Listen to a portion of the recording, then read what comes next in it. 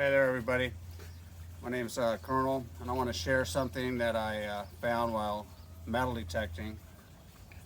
Not a rock hound, so to speak, as much as I'm a amateur metal detector guy, and I do a lot of it down here on the Clackamas River area on the historic Oregon Trail. So I do mostly historic Oregon Trail artifact hunting, and so this is a little unusual, and I want to get everybody's opinion on this. So I'm going to make a video of this here rock I found. I'm trying to get some close-ups for everybody. You can tell it's kind of charred. I found this about 8 inches down in a field near here. You can see some of the side, 2 of the sides have no charring on them, the charring leading up to them. There's still some big pieces there. And on this side here, there's actually none on that side either.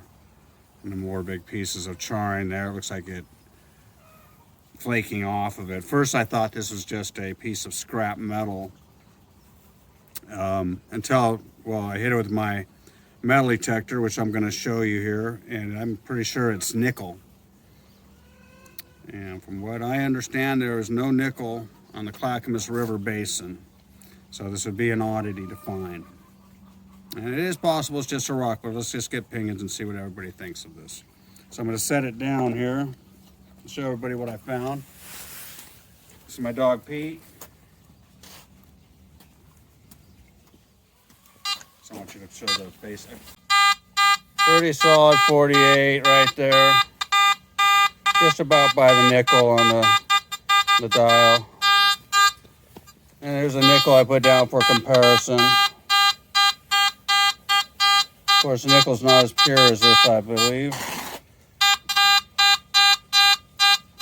So you can see what that rings up. As close to a nickel as I can find. Everybody, so you can see what it does with the metal detector and why I pulled it out of the ground. Rings up real clear, and it's without any ferrous signal tones in the metal detector. And then of course with my Garrett pinpointer here, using it to, it's extremely sensitive to it. Of course it doesn't tell me what metal it is, but it helped me pinpoint it. So I threw it in my bag, not really thinking much of it, and brought it back home, thinking I had a piece of metal slag at first. Then of course I decided to take a magnet to it next, and I have one of these magnets here, a fishing whip magnet, which 500 pounds or something like that, maybe not that strong. But this rock is completely non-magnetic. It doesn't stick to anything. So definitely not an iron meteorite. Definitely not an iron, but certainly some type of metal. I'm presuming at this point that it's nickel, and this is what I'd like everybody's opinion on. So I think what the next step I'm going to do is cut it open. I've been told that if I get a thumb-sized piece, I send it in for $30, they'll examine it and tell me what I've got. And so that's what we're going to do today. On this side too, show the other part of the cut. Yeah, right down there. Oh my God. And back up to me. Okay, so it doesn't taste good, I can tell you that much. So we got a vacuum hooked up here, and we're gonna continue on cutting it here without breathing so much of it.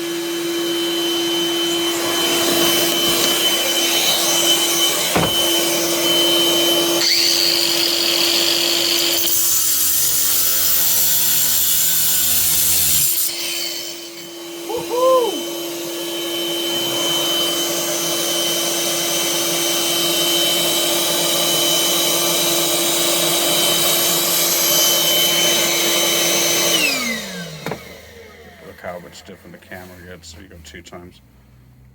Okay, so there's definitely seems to be some impurities right in that part that just broke. Which is probably the rock part of it.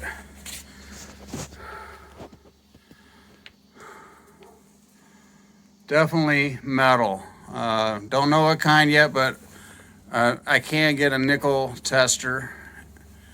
I can order off Amazon, but that piece I just cut off is going to go in for a sample to the department and have them look at it. Yeah, there's something there. That's interesting how it broke right there.